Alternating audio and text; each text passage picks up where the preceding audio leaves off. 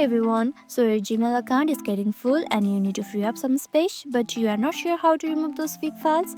Well, don't worry, I have got you covered. In this quick tutorial, I'll show you exactly how to find and remove large attachments from Gmail. Let's dive right in. First, open the Gmail app. In the search bar at the top, type in has attachment larger. This will help you search for emails with attachments that are larger.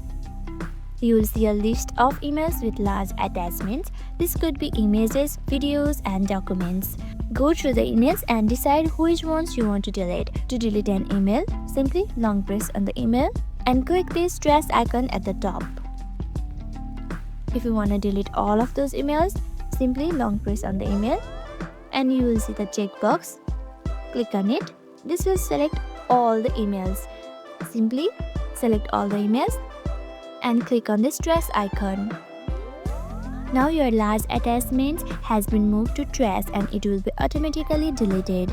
That's it. If you found this video helpful, don't forget to hit that thumbs up button and subscribe for more quick tech tips. Thanks for watching and I'll see you in the next video.